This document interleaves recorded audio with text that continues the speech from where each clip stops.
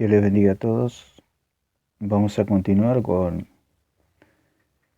esta exposición de lo que es Pedro como el líder de la iglesia, la falsa enseñanza de lo que es Pedro como líder. Y los títulos de estos videos son Pedro no es la roca. Habíamos quedado que Pedro había abandonado a Jesús como los otros discípulos. Al ver estos puntos, podemos ver que Pedro era un hombre común y corriente, un hombre elegido por Dios, un Macarios, un bienaventurado, un sumamente bendecido, como dice el original en el griego, alguien elegido entre miles, una persona sumamente afortunada como lo somos nosotros, somos Macarios, somos bienaventurados, como lo ha sido Pedro. Pedro tuvo la dicha de tocar al verbo de vida, de estar con Jesús, y de que Jesús le haya dado la comisión de abrir el Evangelio al mundo. Tuvo el alto privilegio el apóstol Pedro, de lo cual la religión lo ha hecho líder y cabeza de la iglesia, lo cual es totalmente falso. El líder y cabeza de la iglesia es Jesucristo. Y ahora el Espíritu Santo guía a la iglesia. Habíamos visto que los discípulos abandonaron a Jesús y Pedro también, junto con el pelotón de los discípulos que salieron corriendo, siendo que dando la imagen de que Pedro era igual a todos. No era ni más ni menos, todos salieron corriendo a la misma velocidad.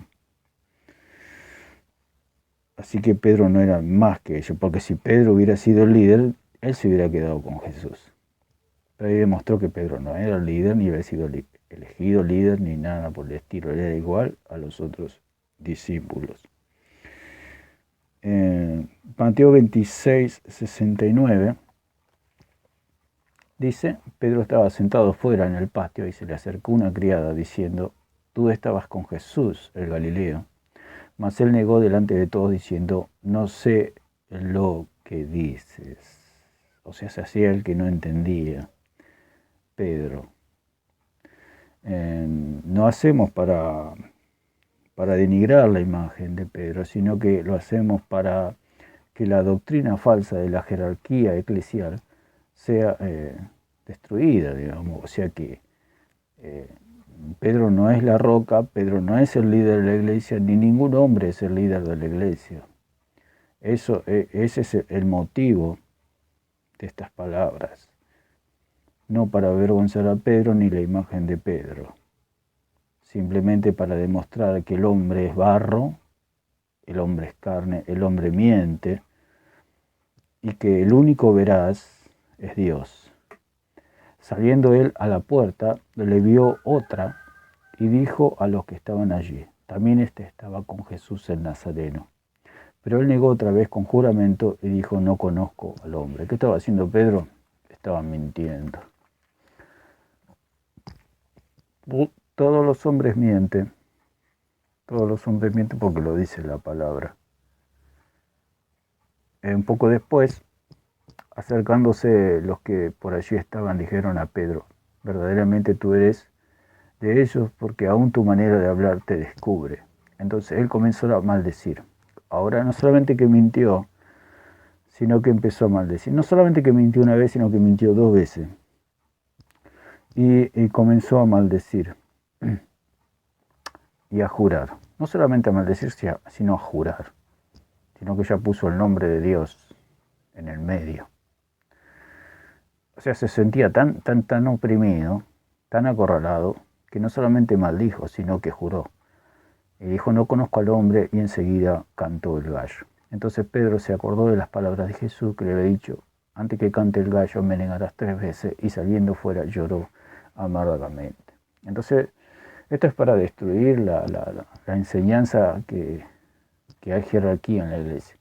En la iglesia hay un gobierno, sí, obviamente hay un gobierno, pero la palabra del Señor dice que el mayor servirá al menor. Es un gobierno de servicio, es un gobierno de amor. No es un gobierno tiránico como lo hay en el mundo, sino que el mayor sirve al menor. O sea que el que está... Porque hay distintos dones, está el que organiza, está el que predica, está el que enseña, está el que habla en lengua, está el que profetiza, distintos dones dentro del cuerpo que sirven a la cabeza. Entonces, podemos ver que Pedro negó a Jesús. Ahora vemos en Lucas capítulo 5, versículo 8, podemos ver que Pedro se declara pecador. Dice, viendo esto Simón Pedro cayó de rodillas ante Jesús diciendo, apártate de mí, Señor, porque soy hombre pecador. Había visto una pesca milagrosa, Jesús le dijo que tire la red, Pedro le dijo que no habían pescado en toda la noche y cuando tiró la red sacó gran cantidad de peces. Entonces Pedro cayó de rodillas ante Jesús y le dijo, apártate de mí, Señor, porque soy hombre pecador. Esa es la realidad de Pedro, que Pedro nunca fue puesto por Jesús como líder. Sí le dio una comisión y sí tuvo un ministerio prominente y de los más importantes, junto con el del apóstol Pablo y los otros apóstoles, pero nunca fue el líder, como lo vamos a ver un poquito más adelante. Porque si él hubiera sido el líder, sería el líder del apóstol Pablo también. En ningún momento Pedro fue el líder del apóstol Pablo, porque si Pedro es el líder de toda la iglesia, es el líder de Pablo también. Y en la iglesia no existe tal situación. Número 11, Jesús restaura el ministerio de Pedro, Juan capítulo 21, 15. Juan 21, 15. Y esta es otra parte que se agarra la religión para decir y hablar de la sucesión papal. Subió Simón Pedro y sacó la red a tierra llena de grandes peces, 153, y aún siendo tantos, la red no se rompió. Y le dijo Jesús, venid, comed. Y ninguno de los discípulos se atrevía a preguntarle, ¿tú quién eres? Y sabiendo que era el Señor, vino pues Jesús y tomó el pan y les dio y asimismo del pescado. Esta era ya la tercera vez que Jesús se manifestaba a sus discípulos después de haber resucitado de los muertos. Entonces la situación es que Jesús tiene un encuentro con Pedro y allí le restaura el ministerio a Pedro. Lo que debemos entender con lo que es la sucesión apostólica, lo que la religión dice que los papas son el sucesor de Pedro, no lo dice nunca la Biblia, nunca, jamás. Esos son inventos de hombres. Porque el apóstol Pablo dice que no debemos pensar más allá de lo que está escrito. Si no está escrito en la Biblia, es palabra de hombre y por lo tanto no tiene ningún peso, ninguna validez en la iglesia. Puede ser historia, puede ser, bueno. Cuando hubieron comido, Jesús dijo a Simón Pedro, hijo de Jonás, ¿me amas más que estos? Le respondió, sí, Señor, tú sabes que te amo. Él le dijo, apacienta mis corderos. Volvió a decirle la segunda vez, Simón, hijo de Jonás, ¿me amas? Pedro le respondió, sí, Señor, tú sabes que te amo. Y le dijo, pastorea mis ovejas. Le dijo la tercera vez, Simón, hijo de Jonás, ¿me amas? Pedro se entristeció de que le dijese la tercera vez, ¿me amas? Y le respondió, Señor, tú sabes, lo sabes todo, tú sabes que te amo. Jesús le dijo, apacienta mis ovejas. Acá la religión se agarra de que Pedro iba a apacentar a toda la iglesia. Lo que tenemos que entender es que el ministerio de los hombres son temporales. Cuando Pedro murió, terminó su ministerio. No hubo tal sucesión, porque la Biblia no lo dice. El que comisiona, el que llama, es Dios, es el Espíritu Santo, es el que separa los ministerios. Y cuando un hombre muere su ministerio también, o sea, termina su ministerio, porque es algo temporal, el hombre es temporal, los ministerios de los hombres son temporales, no son atemporales, el único temporal es Dios. El único ministerio que permanece para siempre es el de Jesucristo, como sumo sacerdote. Es el único que es atemporal, nuestro Dios, nuestro Señor. Pero después los ministerios de los hombres son temporales, no hay tal sucesión. Es así como sucede que en algunos lugares muere un pastor y quizá siguen los hermanos, continúan, pero muchas veces se desaparece esa iglesia porque el ministerio de ese hombre ha terminado y tantos ministerios grandes que murió el pastor, murió el líder y se termina. ¿Por qué? Porque los ministerios son temporales. Lo mismo sucedió con Pedro, murió Pedro y terminó su ministerio. Lo que pasa es que la religión inventa para tener jerarquía dentro de la iglesia, la cual no hay tal jerarquía dentro del cuerpo. Porque la única jerarquía es la cabeza. Entonces, Jesús restaura aquí el ministerio de Pedro. ¿Por qué? Porque era un ministerio temporal y sabía que Pedro era un hombre emocional, como lo somos nosotros. Que tenemos emociones, que muchas veces nos sentimos mal porque hemos hecho mal las cosas. Entonces necesitamos que el Señor nos hable, que el Señor nos restaure, que el Señor nos sane, que el Señor nos diga que aún nuestro ministerio está en pie. Entonces, como le pasó a Pedro, le puede pasar a cualquier ministro que necesita que Jesús le hable, que Jesús le restaure, que Jesús le consuele y que Jesús lo levante. Tantos ministerios de hombres de Dios que Jesús los restaura, el Señor les habla y pueden continuar con su ministerio. Entonces, podemos ver en Hechos capítulo 1 versículo 15 que Pedro elige a Matías, lo cual nunca se le mandó. Eso fue antes de Pentecostés. En aquellos días Pedro se levantó en medio de los hermanos y los reunió, eran como 120 en número, y dijo. Dice la palabra que Pedro fue el que se levantó, no que lo levantó el Espíritu Santo, sino que Pedro se levantó. Estaba mostrando que era un hombre. Bueno, hay distintas opiniones con respecto a Matías, pero el resultado es que Matías nunca tuvo no se ve nada de Matías, que no hizo nada a Matías. Es algo totalmente infructuoso. Bueno, hay muchas opiniones, sobre esta decisión de Pedro para elegir al sucesor de Judas. Por eso ahí se agarran también los religiosos sobre la sucesión papal, que tiene que haber sucesores. Acá la situación de Matías mostró que la decisión de Pedro no tuvo ninguna connotación espiritual, ningún peso espiritual. Lo número 13, podemos ver en Gálatas capítulo 2, Gálatas 2, donde Pablo reprende a Pedro. Y acá nos podemos dar cuenta claramente que con la situación de Pablo, la situación de que Pedro no era el Papa.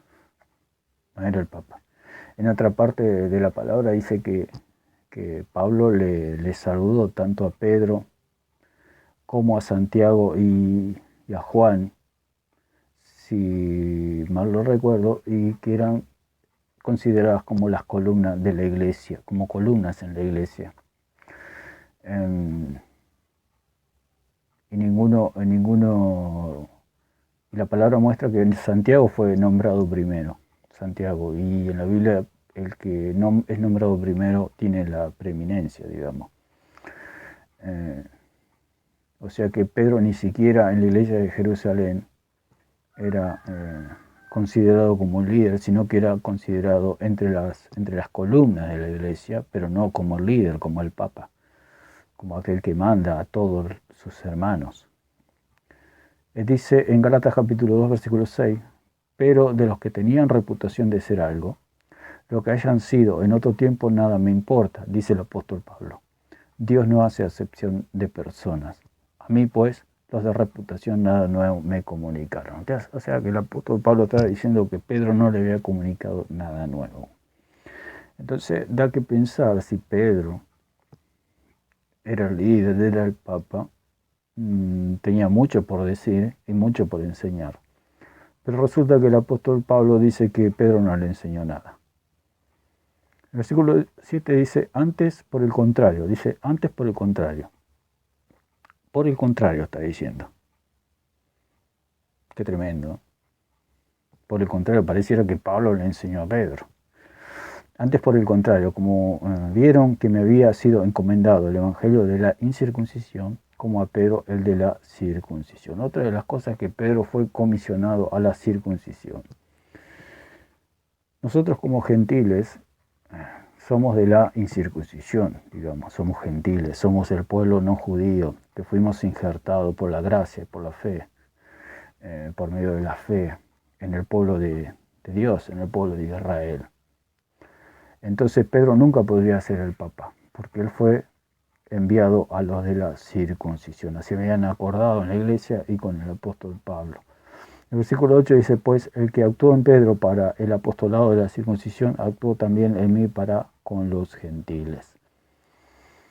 Y reconociendo la gracia que me había sido dada, Jacobo, Cefas y Juan, acá está, que eran considerados como columnas, nos dieron a mí y a Bernabé la diestra en señal de compañerismo.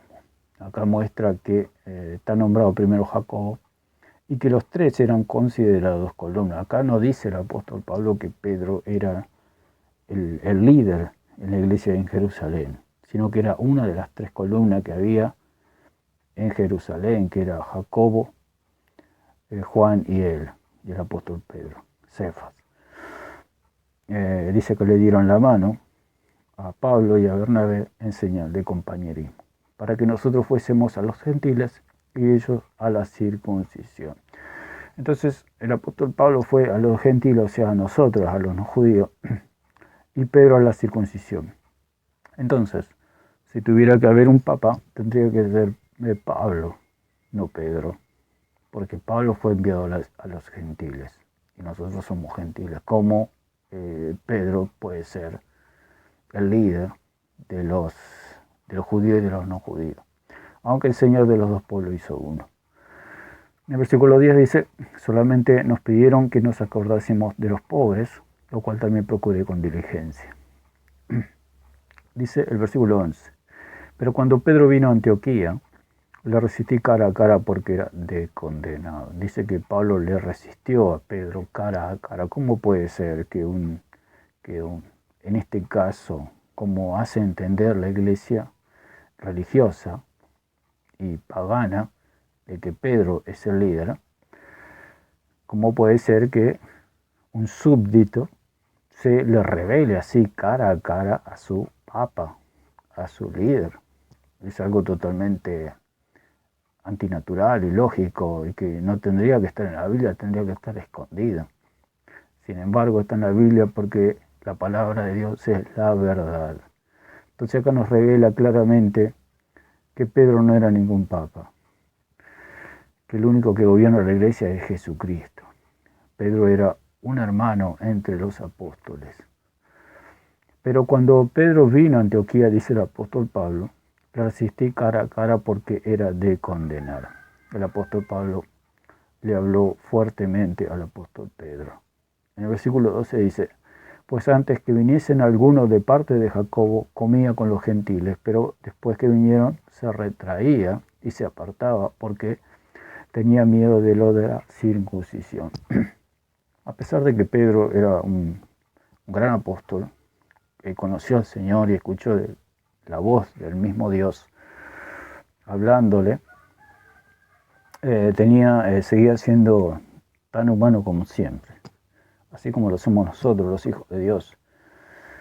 Dios nos ha dado un nuevo nacimiento, pero seguimos siendo tan humanos como siempre. No somos superhombres ni semidioses, somos humanos.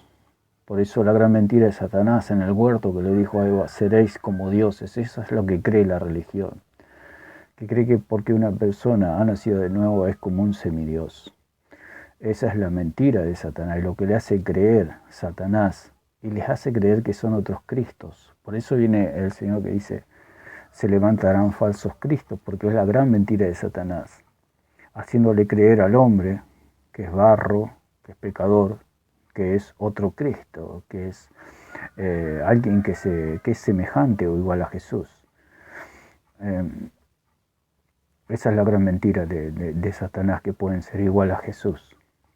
Y ellos se creen y andan por la vida creyendo que son igual a Jesús. Esos son los otros Cristos que habla la palabra, que se levantarán falsos Cristos.